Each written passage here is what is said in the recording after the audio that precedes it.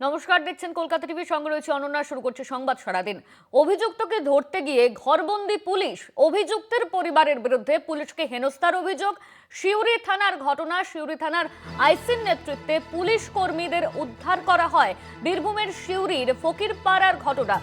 3 মহিলা সহ 6 জনকে গ্রেপ্তার করেছে ইতিমধ্যেই পুলিশ। অভিযুক্তের বিরুদ্ধে, পরিবারের বিরুদ্ধে পুলিশকে হেনস্থার অভিযোগ সামনে আসছে। অভিযুক্তকে গ্রেপ্তার করতে গেছিলেন সেই পুলিশ, সেই সময়ই পরিবারের লোক তাকে আটকে রাখে, হেনস্থা করে, এমনই অভিযোগ কিন্তু সামনে আসছে।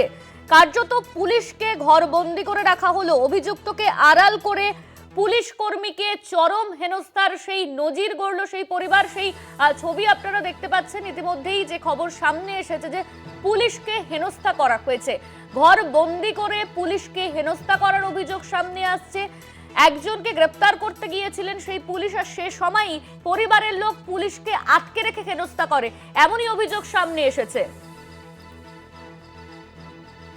অভিযুক্তকে ধরতে গিয়ে কার্যত ঘরবন্দি হয়ে পড়ল পুলিশ। পরিবারের বিরুদ্ধে অভিযোগ সামনে আসছে। এই নিয়ে আমরা কথা বলবো। আমাদের সঙ্গে ফোন লাইনে রয়েছেন আমাদের প্রতিনিধি মনা বীরবংশী। মনা, যে বিষয়টা জানা যাচ্ছে যে পুলিশকে আটকে রাখা হলো, ঘরবন্দি করে রাখা হলো, এই সাহস কোথা থেকে এলো? তাহলে কি কোনো রাজনৈতিক দলের ইন্ধন রয়েছে? এই পরিবার, তারা কি কোনো রাজনৈতিক দলের সঙ্গে যুক্ত? দেখো অনন্যা, এটাই এখন বড় প্রশ্নের। সেটি হচ্ছে যে এত সাহস কোথায় থেকে আসে মানুষের, যে পুলিশ কর্তব্যরত পুলিশ কর্মীরা তারা পুলিশ প্রশাসনিকভাবে তারা গিয়ে যাচ্ছে, সেখানে পুলিশ আধিকারিকদেরকেই বন্দি করে রাখা হচ্ছে প্রায় আধ ঘন্টা সময় ধরে। বীরভূমের ইতিহাসে এও এক নজিরবিহীন এবং বিরল ঘটনা, যা ঘটনা রীতিমতো চাঞ্চল্যকর পরিবেশ তৈরি হয়েছে সেটা বলা যেতে পারে। দেখো, জানতে পারছি সেটি হচ্ছে বীরভূম জেলার সদর শহর হচ্ছে সিউড়ি। যে সিউড়িতেই জেলা মুন্সিপাল তার নিজস্ব দপ্তর, সেই সিউড়ি থানার অন্তর্গত 3 নম্বর ওয়ার্ডের সেখানে হাতিম শাহ নামে একজন মনা, তোমার কথা স্পষ্ট নয়, তুমি যদি স্থান পরিবর্তন করে কথা বলো। একেবারেই। দেখো, যেটা আমরা জানতে পারছি সেটি হচ্ছে যে হাতিম শাহ সিউড়ির ফকিরপাড় সেখানে বাসিন্দা, তাকেই তার পুরনো মামলা রয়েছে, সেই মামলায় আদালতের গ্রেপ্তারি পরোয়ানা জারি হয়। যখন তাকে গ্রেপ্তার করতে যায় সিউড়ি থানার কর্তব্যরত পুলিশ অফিসাররা, তখন যেটা অভিযোগ, বাড়ির দোতলায় সেই হাতিম শাহ এবং তার পরিবারের লোকজন পুলিশ কর্মীদের একটি ঘরে দীর্ঘ সময় প্রায় পুলিশ কর্মীদেরকে এই ছবি সামনে আসতেই রীতিমতো চাঞ্চল্যকর পরিবেশ। যেটা জানা যায় সেটি হচ্ছে থেকে সিউড়ি থানায় খবর পর সিউড়ি থানার বিশাল আইসির নেতৃত্বে সেখানে তুলকালাম একটা পরিবেশ। এই ঘটনায় এখনো পর্যন্ত হাতিম শাহ সহ 3 জন মহিলা, মোট 6 জনকে আজকে তাদের সিউড়ি আদালতে পেশ করা হবে। তবে অবশ্যই দেখো, এই তুমি যে প্রশ্নটা করলে, এর রাজনৈতিক পরিচয় রয়েছে কিনা, অবশ্যই রাজনৈতিক কোনো দলের না কোনো দলের তারা সমর্থন, কোনো দ্বিমত বা সন্দেহ নেই। কোন দল শাসক দল না বিরোধী রয়েছে, তবে এখানে রাজনৈতিক না এটাও একটা তদন্ত সাপেক্ষ ব্যাপার। তবে নিঃসন্দেহে এই ঘটনা সামনে আসতেই বীরভূম জেলা জুড়ে একটা আলোড়ন পরিবেশ তৈরি হয়েছে। তুমি বুঝতে পারছো যে পুলিশ তো তাদের কাজ করবেই। তারা আদালতের নির্দেশ রয়েছে যে পুরনো একটি মামলায় এই হাতিম শাহ সে আদালতে হাজিরার যে প্রক্রিয়া থাকে, আইন প্রক্রিয়ায় হাজিরা তিনি দেননি, তার বিরুদ্ধে ওয়ারেন্ট জারি হয়েছে। স্বাভাবিকভাবে পুলিশ তাকে নিয়ে গিয়ে আদালতে পেশ করবে, তারপর মাননীয় বিরুদ্ধে যা ব্যবস্থা গ্রহণ করবেন সেটাই হবে। কিন্তু পুলিশ যখন সেই আসামিকে করতে যাচ্ছে তার বাড়িতে, সেই পুলিশকেই গৃহবন্দী করে রাখা হচ্ছে। এই জায়গায় প্রশ্ন উঠছে যে এত স্পর্ধা, এত সাহস কোথায় থেকে আসে? তাহলে কি রাজনৈতিক কোনো ক্ষমতা বা কোনো একটা অশুভ শক্তি তাদেরকে ইন্ধন যোগাচ্ছে বলে যে আটকে রাখা সাহস পাচ্ছে? এটা হচ্ছে বড় প্রশ্ন। অবশ্যই আমরা এই সামগ্রিক বিষয়কে বিরোধী দল, বিশেষ করে বিজেপি, তারা যেটা বলছেন যে পুলিশ তৃণমূল সব মিলে মিশে একাকার হয়ে গেছে, পুলিশ তৃণমূল সব সরকারের হয়ে গেছে। কাজেই সাধারণ মানুষ বা তৃণমূল কর্মীরা, তৃণমূল সমর্থকরা তারা সাহস পাবে আটকাতে, পুলিশকে মারতে, পুলিশ হেনস্থা করছে, সেটাই পরিস্থিতি তৈরি হয়েছে, এমনটাই কিন্তু করা হচ্ছে বিজেপির তরফ থেকে। তৃণমূলের বক্তব্য যে আইনের মতো চলবে। সব মিলিয়ে এই ঘটনায় রীতিমতো চাঞ্চল্যকর পরিবেশ সেটা কিন্তু বলা যেতে পারে। অনন্যা, মনা, তুমি যে বললে এই হাকিম শাহের কথাই, হাকিম শাহ তিনি কি ধরনের অপরাধী, মানে কেন গ্রেপ্তারি পরোয়ানা জারি করা হয়েছিল? দেখো, আমরা এই মুহূর্তে যেটা জানতে পারছি বীরভূম জেলা পুলিশ সূত্রে, সিউড়ি থানার পুলিশ সূত্রে জানতে যাচ্ছি, সেটা হচ্ছে পুরো একটি মামলা তার ছিল।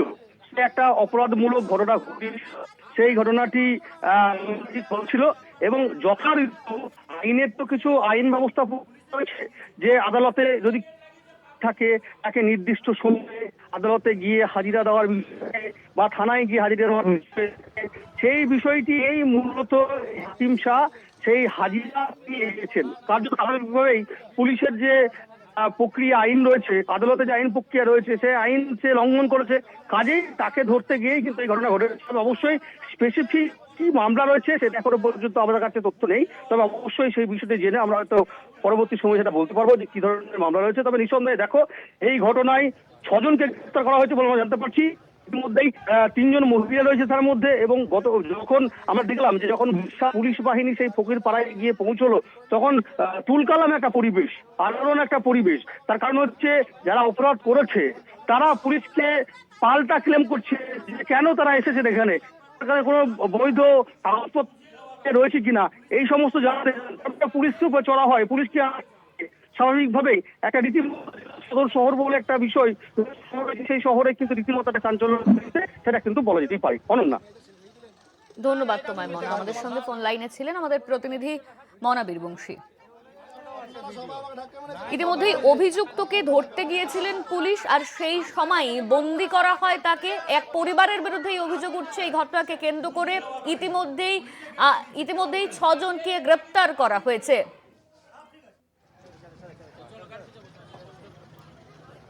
প্রাক্তন ডেপুটি কমিশনার সত্যজিৎ বন্দ্যোপাধ্যায় এই মুহূর্তে আমাদের সঙ্গে ফোন লাইনে রয়েছেন। যে বিষয়টা সামনে আসছে যে পুলিশকে ঘরবন্দি করা হলো, ইতিমধ্যে এই ঘটনাকে কেন্দ্র করে চাঞ্চল্য ছড়িয়েছে। কিভাবে এই ঘটনা ঘটলো, কোথা থেকে এই সাহসটা পেলেন তারা? দেখুন, এই যে ইউনিফর্ম পুলিশের উপরে এই যে আঘাত, এটার চরম নিন্দা আমি প্রকাশ করি আপনাদের চ্যানেলের মাধ্যমে। এটা প্রচন্ড পরিমাণে অন্যায় হয়েছে, বেআইনি হয়েছে, আনওয়ারেন্টেড, সংবিধান বিরোধী, নাম্বার 1। নাম্বার 2 হচ্ছে কি কারণে তাদেরকে ঘরের মধ্যে আটকে দেওয়া হলো। It is a criminal offence, wrongful confinement. যদি যে কোনো লোককে, পুলিশ তো বটেই, যে কোনো লোককেই যদি আপনি একটা ঘরের মধ্যে বেআইনি ভাবে আটকে রাখেন, তাহলে তার ইংরেজি নাম হচ্ছে রংফুল কনফাইনমেন্ট। আইনগত বাধা আছে ভারতবর্ষের আইনে, এবং আগে ইন্ডিয়ান পেনাল কোডে 341 বাধাই ছিল, আইপিসিতে সাজা ছিল। এবং পুলিশ অফিসারকে তাদের কাজে বাধা দেওয়া হয়েছে। প্রত্যেকটা জিনিস, যে পুলিশ অফিসারকে তার লফুল ডিউটি করতে দেওয়া হচ্ছে না এবং তাকে বাধা দেওয়া হয়েছে, এই প্রত্যেকটা জিনিস কিন্তু আইনের চোখের মধ্যে আনতে হবে।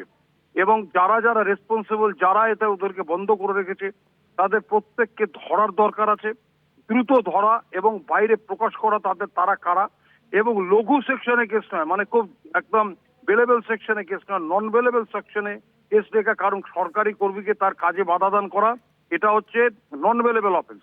এই নন বেলেবল অফেন্সে তাকে কেস করা এবং ধরা, ধরে দ্রুত চার্জশিটের জন্য নিয়ে আসা এবং জনগণের কাছে প্রস্তাব রাখা যে দেখুন, যদি পুলিশকে এরকম করে তাদের জন্য সমাজে বার্তা যাবে, তারা লকআপে যাবে এবং তাদের সাজা হবে। আর কিছু থাকলে বলুন। কোনো রাজনৈতিক কারণে কি এই মুহূর্তে পুলিশ নিষ্ক্রিয় হয়ে পড়ছে, আপনার কি মনে হয়? দেখুন, এটা তো আপনার মুখের কথা তো সত্যি, রাজনৈতিক কারণ তো বটেই। আজকে যদি পলিটিশিয়ানরা যদি এগুলো এগেনস্টে সবাই দাঁড়াতো, irrespective of all the politicians, all the parties, যে এটা করা যাবে না, তাদের পানিশমেন্ট চাইতো, তাহলে কিন্তু যারা করেছেন তারা ভয় পেয়ে যেত এবং সেকেন্ড টিম কিংবা সেকেন্ড বার এটা আর করতো না। কিন্তু পশ্চিমবঙ্গের সেই অবস্থা এখন বর্তমানে নেই। বর্তমানে পুলিশকে যত বেশি হুজ্জুতি করা যায়, যত বেশি বাধা দেওয়া যায়, সরকারি কাজে বাধা দেওয়া যায়, এটাই হচ্ছে আসল কাজ। ধন্যবাদ আপনাকে। আমাদের সঙ্গে ফোন লাইনে ছিলেন প্রাক্তন deputy police commissioner Satyajit Bandyopadhyay. ইতিমধ্যেই যে ঘটনা ঘটেছে সেই ঘটনার তীব্র নিন্দা করা হচ্ছে। অভিযুক্তকে ধরতে গিয়ে ঘরবন্দি করা হলো পুলিশকে। অভিযুক্তের পরিবারের বিরুদ্ধে পুলিশকে হেনস্থার অভিযোগ করা হয়েছে। সিউড়ি থানার আইসির নেতৃত্বে পুলিশ কর্মীকে উদ্ধার করা হয়। বীরভূমের সিউড়ির ফকিরপাড়া এলাকার ঘটনা। ইতিমধ্যে এই ঘটনায় 3 মহিলা সহ 6 জনকে গ্রেপ্তার করা হয়েছে।